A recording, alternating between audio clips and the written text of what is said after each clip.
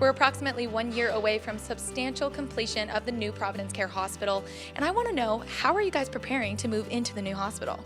Well, there's all sorts of implementation working groups that are targeting specific tasks that we need to do in the new hospital.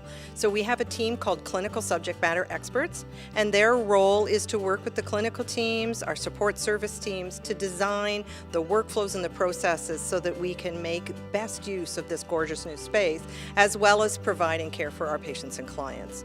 It's like putting the jelly in the donut. So we're very busily working with our timelines, which is substantial completion is almost a year away. And when we go into substantial completion, we really need to have a good idea of how we're going to provide care in the space that we have.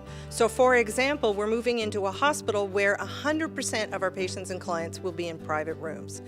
Right now at St. Mary's of the Lake and the Mental Health Hospital, we don't have a lot of private rooms. So we have to design new processes and new workflows on how to provide care in a private room environment. So that's what we're working on right now. What can we bring with us from the hospitals where we're currently practicing, and what is it that we have to create from new, start from scratch, so that when we move in and get ready in substantial completion, we have a really good idea of what it is we want to be able to do. So for a nurse, it would be, how do I get my supplies ready in the morning when I'm going from room to room to room? For a therapist, with the treatment space being up on every floor, it's how am I going to get my patients to therapy? What kind of therapy will I provide on that unit? So we really need to be able to have a rough structure to go into substantial completion, where we get to test all our workflows, test our processes, and then to develop the education and training for our staff so they learn what we've learned and then can apply it when we move in. And this is called, of course, operational readiness. So does that allow you to, right when you move into the new hospital, you can now provide care to patients? Absolutely. Our target is that on opening day, we are able to provide a safe and secure environment for our patients, our staff, our clients, and our community.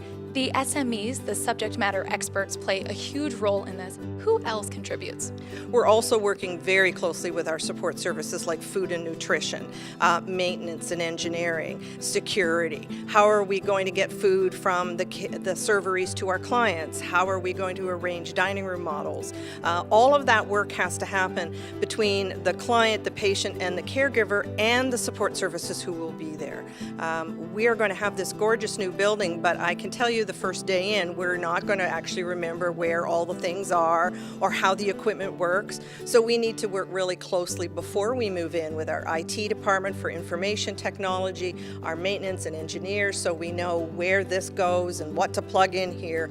All of those things need to be taken into account before we actually move in.